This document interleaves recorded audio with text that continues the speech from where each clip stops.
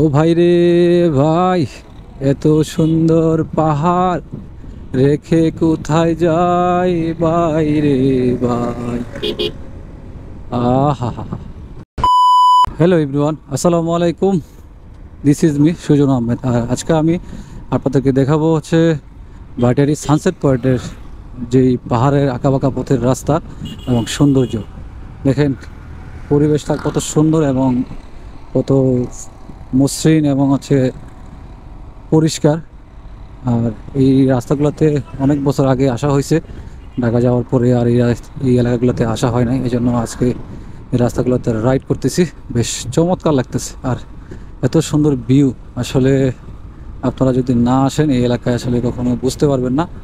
এটাই হচ্ছে ভাটিয়ারি সানসেট পয়েন্টের বিশেষত্ব, এই রাস্তাগুলোর সৌন্দর্য। আর আশেপাশে দুই পাশে কিন্তু অনেক বড় বড় পাহাড়, তারপরে লেক আছে, পাহাড়ের মাঝখানে সুন্দর লেক আছে। চাইলে লেকে, বিভিন্ন লেকে আপনার নেমে গোসল করতে পারবেন আর এনজয় করতে পারবেন। ওয়াও ওয়াও ওয়াও ওয়াও, দেখতে থাকুন সবাই, এনজয় করতে থাকুন ভাটিয়ারি সানসেট পয়েন্টের রাস্তা। আমরা যাচ্ছি এখন হচ্ছে আপনার ক্যাফে 24-এর সামনে, অর্থাৎ সানসেট পয়েন্ট থেকে আমরা ক্যাফে 24-এ যাইতে যেই রাস্তাটা পার হইতে হয় সেই রাস্তাটা আমরা পার হচ্ছি এবং এনজয় করতেছি।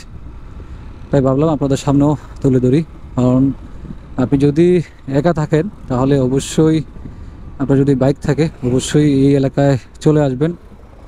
আর যদি আপনার সাথে পছন্দের মানুষ থাকে, সঙ্গী থাকে, তাহলে তো আর কোনো কথাই নাই।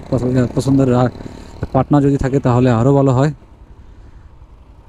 আর এই পাহাড়গুলোতে নামতে কিন্তু খুবই রিস্কি, এই জন্য একটু সাবধানতার সহিত রাইড করতে হবে, এর কোনো বিকল্প নাই।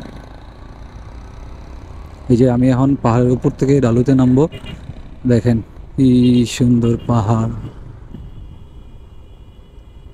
ও ভাই রে ভাই, এত সুন্দর পাহাড় রেখে কোথায় যাই ভাই রে ভাই। আহা, এরা মিস করছেন, অবশ্যই আসেন ভাই, দেখে যান এই পাহাড়ের সৌন্দর্য।